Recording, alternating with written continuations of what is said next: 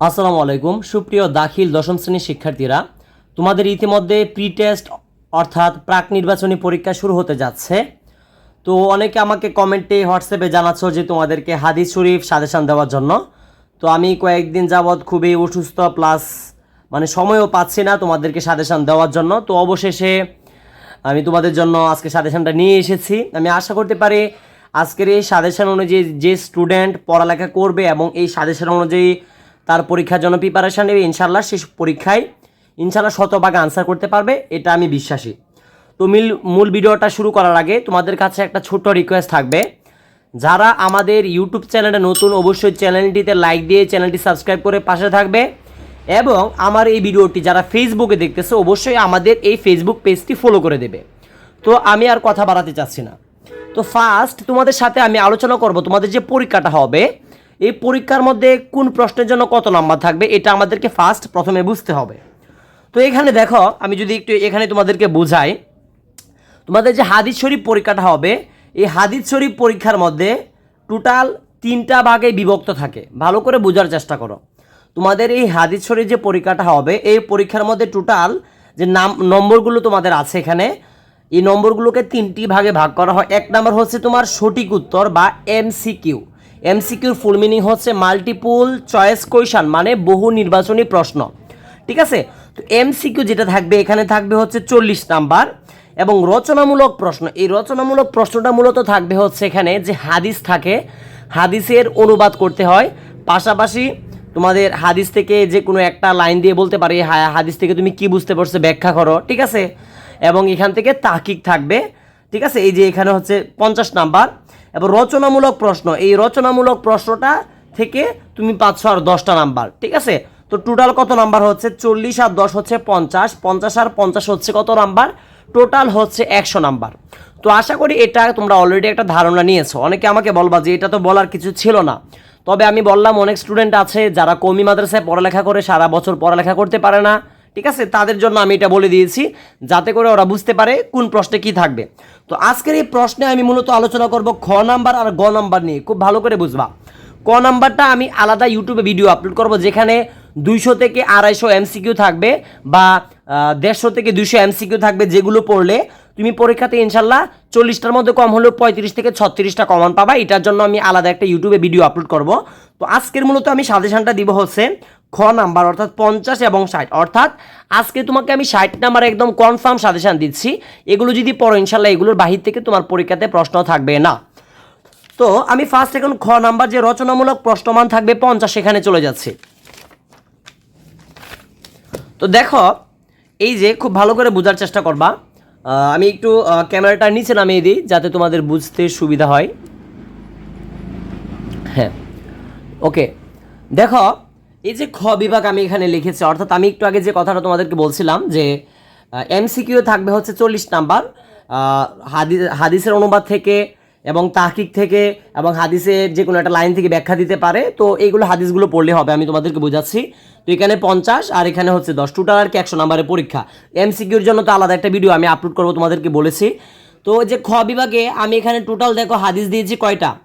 1টা 2টা 3টা 4টা 5টা 6টা 7টা 8টা 9টা 10টা 11টা 12টা 13টা 14টা 15টা, মাত্র 15টা হাদিস দিয়েছি। খুব ভালো করে বোঝার চেষ্টা করো।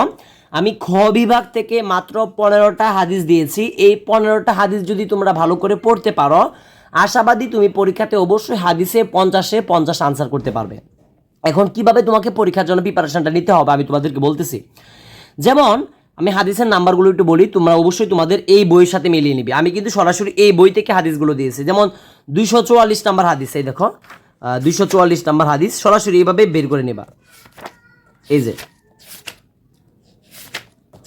দেখো, এই যে 244 নাম্বার হাদিস, এই যে যেমন এই আমি দিয়েছি কি 244 নাম্বার হাদিস আমি দিয়েছি। তো এই দেখো 244 নাম্বার হাদিসটা সরাসরি বই থেকে পড়বা। ঠিক আছে? তো কিভাবে পড়তে হবে আমি আগে হাদিসের নাম্বারগুলো বলতেছি, তোমরা একটু দাগাও। 244, 246, 258, 245, 280, 279, 283, 285, 296, 300, 295, 301, 303, 304, 305। অর্থাৎ এই হাদিসগুলো পড়লেই হচ্ছে। এখন এই হাদিসগুলো পড়লে তুমি 50 নাম্বার পাবে, ভালো কথা। তো কিভাবে পড়তে হবে এটা তো তোমাকে বুঝতে হবে। তো আমি তোমাদেরকে বুঝাচ্ছি প্রত্যেকটা হাদিস তোমাদের পরীক্ষাতে কিভাবে থাকবে। তোমাদের হাদিসটা আমাদের টোটাল 3টা ভাগ থাকবে, খুব ভালো করে বুঝো। হাদিসটাতে টোটাল 3টা ভাগ থাকবে। আমি তোমাদেরকে একটা নমুনা প্রশ্ন দেখাচ্ছি যাতে তোমরা মানে বুঝতে সুবিধা হয়। আমি হাদিসের একটা নমুনা প্রশ্ন তোমাদেরকে দেখাচ্ছি। এই দেখো, নমুনা প্রশ্নটা দেখলে তোমাদের একটা ধারণা হয়ে যাবে। আমি খুব ভালো করে বুঝিয়ে দিচ্ছি যাতে তোমরা একদম ভালো করে বুঝতে পারো আমি আসলে তোমাদেরকে কি দিচ্ছি। এই যে ধরো, এই যে একটা হাদিসের নমুনা প্রশ্ন তোমাদেরকে দেখাই। এই যে আমি কি বললাম যে একটু লক্ষ্য করো এখানে। তো আশা করি বুঝতে পারছো যে কিভাবে নংগুলো পড়তে হবে এভাবে আর কি। তো এই যে আমি যে দিলাম এই হাদিসের অনুবাদ 50 নাম্বার, তো এই 50 নাম্বার কিভাবে পরীক্ষাতে থাকবে এটা তোমাকে একটু ধারণা নিতে হবে। যেমন তোমাদের পরীক্ষাতে টোটাল হাদিসের অনুবাদ থেকে টোটাল দেওয়া থাকবে পরীক্ষাতে হচ্ছে যে কোনো 5টির আনসার তোমাকে আর কি করতে হবে। তো তোমাদের পরীক্ষাতে টোটাল কিন্তু দেওয়া থাকবে হচ্ছে 9টা দেওয়া থাকবে। 9টার মধ্যে তোমাকে পরীক্ষাতে টোটাল আনসার করতে হবে হচ্ছে 5টা, তার মানে কি 4টা তুমি এক্সট্রা পাচ্ছ আর কি।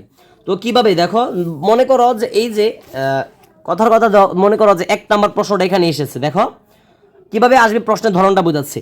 তো এখানে কিন্তু টোটাল 2টা হাদিস আছে, প্রথমে একটা হাদিস আছে, তারপরে 2টা হাদিস, আরেকটা হাদিস আছে। তার মানে কি এই যে হাদিসের অনুবাদ তোমাকে থাকবে, আমি যে হাদিসগুলো এখানে দিয়েছি, মনে করো কথার কথা 244 নাম্বার এবং 246 নাম্বার হাদিসটা আসছে। কিভাবে আসবে দেখো, এক একটা প্রশ্নে 2 নং প্রশ্নে কিন্তু হাদিস 2 নং থেকে শুরু করে 10 নং পর্যন্ত আর কি থাকে পরীক্ষাতে। তো 2 নং হাদিসটা 2 নং প্রশ্নে দেখো টোটাল এখানে 2টা হাদিস আছে। দেখো প্রথমে একটা হাদিস আছে, তারপর আরেকটা হাদিস আছে, তার মানে কি এখানে 2টা হাদিস। তো 2টা হাদিস, এক একটা হাদিসে কিন্তু তোমার নাম্বার থাকছে হচ্ছে 2.5 করে, 2.5 করে। তো 2.5 এবং 2.5 হচ্ছে কিন্তু 5 পয়েন্ট, 5 পয়েন্ট হচ্ছে না। তো বাকি থাকে কত, বাকি থাকে আরও 5। 5 কীভাবে থাকবে দেখো, এখানে এর মর্মার্থ লিখো, অর্থাৎ ঠিক আছে। তো এখানে দিয়েছে এর মর্মার্থ লেখার জন্য আমাদের দেখেছে তাহকিক, অর্থাৎ এখানে থাকবে হচ্ছে তোমার যে দেখো এই যে ক বাংলায় অনুবাদ করার জন্য একটা, খ থাকবে আবার এই যে উত্তর দাও। তো এটাতে 500 হচ্ছে 3 নাম্বার, এটাতে 500 হচ্ছে তাহকিক করতে হবে যে কোনো দুটি, এখানে 4টি দেওয়া থাকবে, যে কোনো দুটি করতে পারলে 502 নাম্বার। তো 3 আর 2 কত হচ্ছে 5, এবং 5 আর 5 কত হচ্ছে 10 নাম্বার। তো এটা দেখছো, তুমি আরেকটা দেখাই তাহলে আরও তোমার কাছে ক্লিয়ার হয়ে যাবে, যাতে তোমরা মানে বুঝতে একদম কোনো সমস্যা না হয়। যেমন কথার কথা তুমি ধরে নাও যে এই যে 4 নং প্রশ্নটা তোমার কথা, এটা তোমার পরীক্ষায় আসবে না, তবে আমি বলতেছি মনে করো যে 4 নং প্রশ্নটা তোমাদের পরীক্ষায় আসছে, আমি যেগুলো হাদিসগুলো দিছি। তো এখানে দেখো টোটাল কিন্তু 2টা হাদিস আছে, দেখো প্রথমে একটা হাদিস, তারপরে আরেকটা হাদিস। তোমাদের পরীক্ষা তো সেম টু সেম, প্রথমে একটা হাদিস থাকবে 2.5 নাম্বার, 2.5 নাম্বার, অর্থাৎ ক বাংলায় যে 4 নং প্রশ্নের জন্য ক বাংলায় অনুবাদ 5 নাম্বার, টোটাল এখানে 500। তো 5 আর 5 কত, 2.5 এবং 2.5 হচ্ছে কত নাম্বার, 5 নাম্বার। এবং দেখো খ উত্তর দাও লেখা আছে, এটা কিন্তু 4 নংয়ের প্রশ্নই। তো এখানে হযরত আবু হুরায়রা রাদিয়াল্লাহু তাআলা এর সংক্ষিপ্ত জীবনী এখানে 503 নাম্বার, এবং তাহকিক করো যে কোনো 2টি, 4টি দেওয়া থাকবে, তার মধ্যে 2টি আনসার করতে হবে।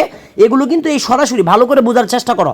এই যে তোমাদের যে হাদিসের মধ্য থেকে কিন্তু এই বাকি 2টা প্রশ্ন তোমাকে করা হবে, যেখান থেকে করুক। কথার কথা এটা আসছে এই হাদিসের অনুবাদ থেকে এই বিষয়গুলো তোমাকে আসবে খ নাম্বারে, ঠিক আছে। তাহকিকগুলো এই হাদিস থেকে থাকবে। তার মানে কি বুঝতে পারলাম, তোমরা যদি এই হাদিসগুলোর যে বিষয়গুলো আছে, যেমন 244 নাম্বার হাদিসে যে তাহকিকগুলো এখানে দেখা আছে, এই তাহকিকগুলো যদি তোমরা ভালো করে করতে পারো, এবং এটার যে ব্যাখ্যা বিশ্লেষণগুলো যদি ভালো করে এভাবে করো যে হাদিসগুলো আমি বলছি, আমি আশাবাদী এখান থেকে তোমরা 50 নাম্বার কিন্তু অনায়াসে পেয়ে যাবে। আশা করি এটা তোমাদের কাছে একদম ক্লিয়ার হয়েছে। আচ্ছা, তো তারপরে দেখো যে গ বিভাগ থাকবে তোমাদের পরীক্ষাতে। তো গ বিভাগটা কিন্তু তোমরা যদি পরীক্ষাতে মানে খুব সহজে আনসার করতে পারবে আমি আশা করি। এখানে টোটাল 5টি দিয়েছি, এই 5টি যদি আনসার করতে পারো আশা করতে পারি এই 5টি থেকে 5 নাম্বার কমন পাবে, এই 5টি থেকে তুমি 5টা নাম্বার কমন পাবে। আবার এবং কিন্তু তোমাদের পরীক্ষাতে একটা শর্ত দেওয়া থাকে, আমি দেখাচ্ছি নমুনাটা।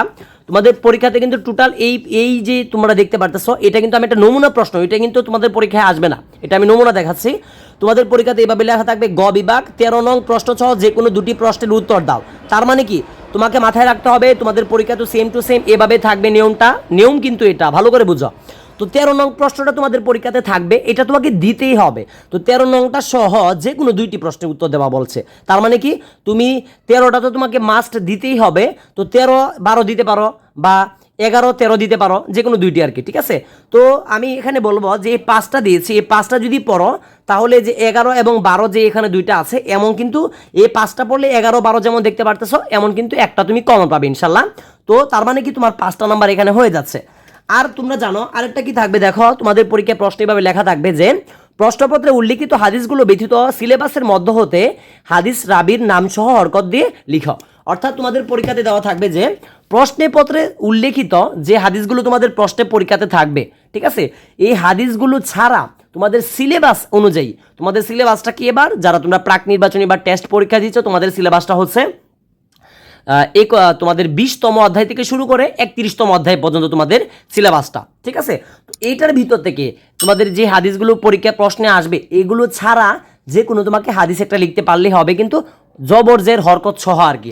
তো এটার জন্য আমি তোমাদেরকে বলতেছি সমস্যা নাই, তো আমি যেই 5টা দিচ্ছি 5টা একটু বলে দিচ্ছি, তোমরা এগুলো খুব ভালো করে শিখবা। 1 নম্বরে দিয়েছি জাল হাদিস বলতে কি বুঝো, জাল হাদিস প্রণয়ের উল্লেখযোগ্য কারণগুলো লিখো। 2 নম্বর দিয়েছি সনদ ও মতন অনুসারে হাদিসের প্রকার বিস্তারিত আলোচনা করো। 3 নম্বরে দিয়েছি হাদিস সংকলন ইতিহাস লিপিবদ্ধ করো। 4 নম্বরে দিয়েছি মাকতু, ঠিক আছে, মাকতু মুরসালুন হাদিসের সংজ্ঞা দাও।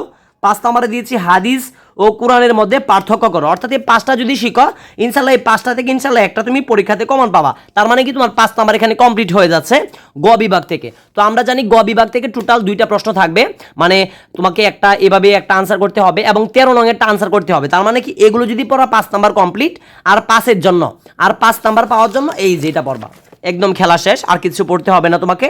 13 নং প্রশ্নের উত্তরের জন্য তুমি তোমাদের সিলেবাসের মধ্য থেকে আমি 290 নাম্বার এবং 293 নাম্বার এই 2টা হাদিস আমি সিলেক্ট করেছি। আমি আশাবাদী এই 2টা হাদিস যদি তুমি জবর যে সহ শিখতে পারো ইনশাল্লাহ এই 2টা থেকে হয়তো একটা তোমাদের কম হলেও পরীক্ষায় প্রশ্ন থাকবে না। তার মানে কি এই 2টা যদি তুমি শিখো ইনশাল্লাহ এই 2টা থেকে তুমি একটা জবরদস্ত আনসার করতে পারবা। তবে মাথায় রাখতে হবে দেখবা যে কোনটা আসে নাই, ঠিক আছে। যদি এই 2টা তোমাদের পরীক্ষায় প্রশ্নে না দেওয়া থাকে, এই 2টা হাদিস 290 এবং 293 এই 2টা হাদিস যদি তোমাদের পরীক্ষায় প্রশ্নে না দেওয়া থাকে সেই ক্ষেত্রে তুমি কিন্তু পরীক্ষাতে এই 2টা থেকে যে কোনো একটা লিখবা, ঠিক আছে।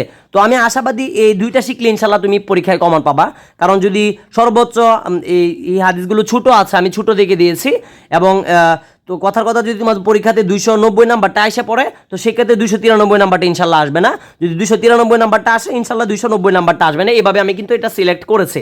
তো আমি আশাবাদী তোমাদের সাথে কিন্তু অলরেডি আমি 60 নাম্বার নিয়ে আলোচনা করেছি। আমি আশাবাদী যারা তোমরা আজকে আমার ভিডিওটি দেখেছো তোমরা যদি এভাবে আমার পরীক্ষায় আমি আজকে যে সাজেশনটা দিয়েছি তোমরা যদি প্রিপারেশনটা নিতে পারো আমি আশাবাদী যে আজকের এই সাজেশন থেকে তোমরা পরীক্ষায় খুব ভালো করবে।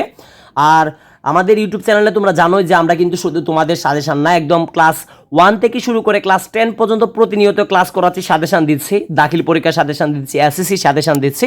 তো আমাদের একটা অভিজ্ঞতা রয়েছে, তো আমাদের উপর বিশ্বাস রাখতে পারো। তবে কথা হচ্ছে যারা আজকে এই সাজেশনটি দেখেছো, ঠিক আছে, আশাবাদী তোমরা খুব ভালো করে পড়বে। অবশ্যই ভালো করে পড়তে হবে। তুমি যদি ভালো করে পড়তে পারো এটার গ্যারান্টি আমি দিলাম যে তোমরা পরীক্ষায় অনেক ভালো করবে। তো আজকের মতো বিদায় নিচ্ছি। যারা ভিডিওটি সম্পূর্ণ দেখেছো অবশ্যই বলবো যদি আমাদের চ্যানেলে নতুন হয়ে থাকো অবশ্যই চ্যানেলটিতে একটি লাইক দিয়ে চ্যানেলটি সাবস্ক্রাইব করে পাশে থাকবে, এবং যদি আমাদের ফেসবুক পেজে নতুন হয়ে থাকো অবশ্যই আমাদের ফেসবুক পেজটি ফলো করে দিবে। তো আজকের মতো বিদায় নিচ্ছি, সকলের সুস্বাস্থ্য কামনা করে। আসসালামু আলাইকুম ওয়া রাহমাতুল্লাহি ওয়া বারাকাতুহু।